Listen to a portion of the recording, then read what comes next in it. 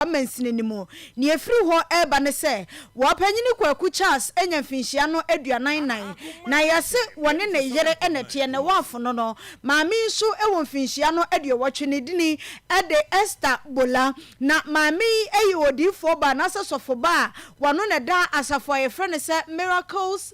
prayer center ano ewo Nuamakrom na amanebo no se de esiba ye na me kiremu yi wo mo se na wotwe besemienu mu nie na maame no na ne hododo ne kakra na sa na wotwe mienu ntam no na yade no ekrim no hwe ho akyesa age ne nkwa de free atiasefo asase so na we no se de ye ne baabia no woni pewu a ene wo de abuhyiam enti yakobo abuhyiam mane na akyesa ho amamre ne amane ne wo mo ye se de be ya ye betimi asie mu no na osumdwe aba ye de ni kuna ye fra ne se kwaku Charles a wono na nya mfinhia no aduanan enan no ye se wo ba ne wusa no enya de se wo ba abuhyiam bia ma amane ena wo ba no so kasa ne nya mu no ye se wo fra latamemu na gidie ni ena kyese wo bebode sesen e wo mfimfini mantemu amam sofo ba wodi ne sofo ma men kakra entinka wo wusa no ne papa mu obema kunafo yi wo ko ba abuhyiam mane fa wo abuhyiam di wachie na wo kwa kobo mane se wo yiri dofo a wo ne netie no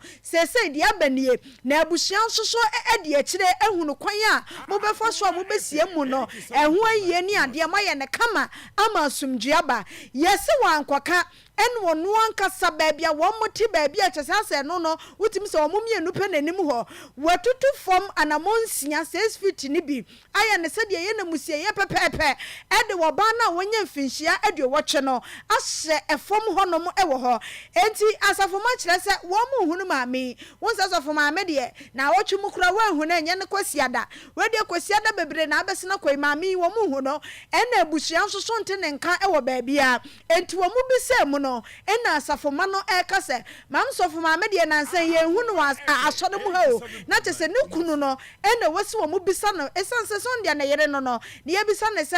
o yira o ne netie no ehene enu wakwa akwhye enti emu amanebo ena mu hunu ne se watutu fom wo danya wo mutim ena de maame no ahyem ye nuabema Thomas Opon amanebo no de aka akire o de atoa yeso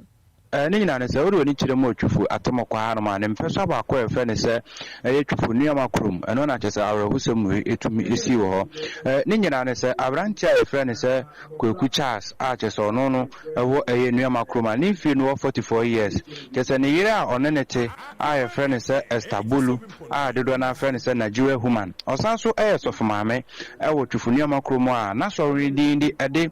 Miracle Prayer Center a kyerɛ ɛwɔ twufu atomokwa Nuamakrom honom na maame ne fi no wɔ 80 years na kyesa brantie na ɔne ne te ɔye ne kunu no ɔno nso 44 years na ɛkɔba sɛ maame no ɛho ɛmfa ne kakra a kyesa ne ntino ɔkɔ Akra honom kɔgya yarehwɛ kakra ma kyesa ɔsan so ba back to Nuamakrom ɔba ne yare no mu ba bɛyɛ den ɛne nti na kyesa Charles ya na kyesa ɔwɔ ne nkyɛn a ɔmiamia no ɛde eduro sasra ne ade ɛne nti no kyesa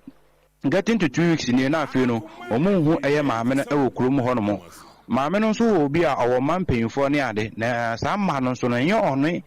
Charles na ewo ye na mmom no foforo na edi kan ewo ye a asofodie ma no bepiem ewo kurom ha ani nti no maame no kɔ ne ma no ho Akra akɔgya ahwɛ no osan so ba back to Nuamakrom 2 weeks ni na afi no emma ne nte maame ne nka ebusanfo no frɛ maame no omo nte ne nka ɛno ɛna so ma kyese kurom mampanyfo ni bi ɛbɔ pene kyese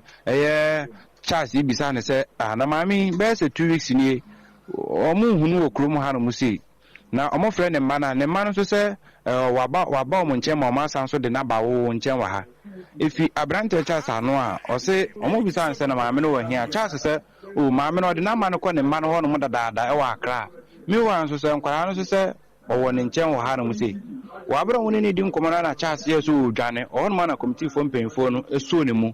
a omochie no to omochie no mo yeso mo de ni kwhye dem no mo ko de mu ho no ma sa na wokuma me no esie no ewo de mu ho no mo a enna no wo ho no te sese ne a wabo nkofie bi na de bayere bi ahye mu no na arawusem ko se emana na nkasa mponso wo ntuma na nko nta ma nka kra no eba de mu ho no mo afa nso no one o cheso wo kun be se 2 weeks kure ni e mo ne ni nyina na chese da de mu ho no ma empani ni a enna no so ni na cheso ne ni nyina da abrante no so nsuro hwe cheso no na etumi eku ma maame na ni nyina ne sɛ maame na ba betena kurom almost 10 good years ni wohwɛ maame na owo japade kokofo ni ade ɛma ne nyina nso nim saa koko ne nsase no ɛni ntina nka brante no wohwɛ man ko okunu na afi ne japade ne ade ne nyina tuma ba bedi ɛyɛ ne side ɛne na police fo nsa kana sisia ne de yɛhwɛ tamamo de bɛkɔ akotu emu no tisa me na asɛm ne nkyerɛ mu nyina ɛno no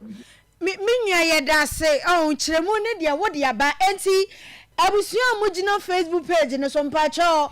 wa wunya maye no bra behwe edan no timi se single room self contained area kura be si ha we si ha ai enti empa no na esi wo ne pa da fom na watu fom ho nsoso wo na mesi adan kura na edi nipa na abawia we no omukohia ya omutadi twa breakfast no enti ade no na wo hono no wodan chen yo wonum wodanchen wo nenye ne mpanie odeni say osie no wodan mu no wentu dan nim emu an woda enchen honom an woda enti ne mattress nie won woda na se ne yere nsoso de no na so for live on Facebook Akoma 87.9 FM Edoma church we down with them ni we atakwa me we the furnace enet dan akwa ho enet dan mrekese ani disi ye de bre aguso ena om de bre no agusuro sa enti wono mo na police fo ko ya kromo fo nyina na se we di awon asem wo mudi se wo mudi etwi ko shade awon asem asem panti ha dwunu na nso mamia besiri wa ye 10 years na wakofo 44 eno wa ye di ade awonum gabo nsu na so wo chan ne se no finhia ne twembe ye se yi abesiri wa ye 10 na akofo 44 de ma me so fo ma me na ye di ade a eti hana na papa no so da aha no da wutimi se dan no so fo ma me ne ye so fo ma me ebusha for Facebook page ni so Akoma 87.fm amana na ya mpacho uduru wonu ma no wa che wonu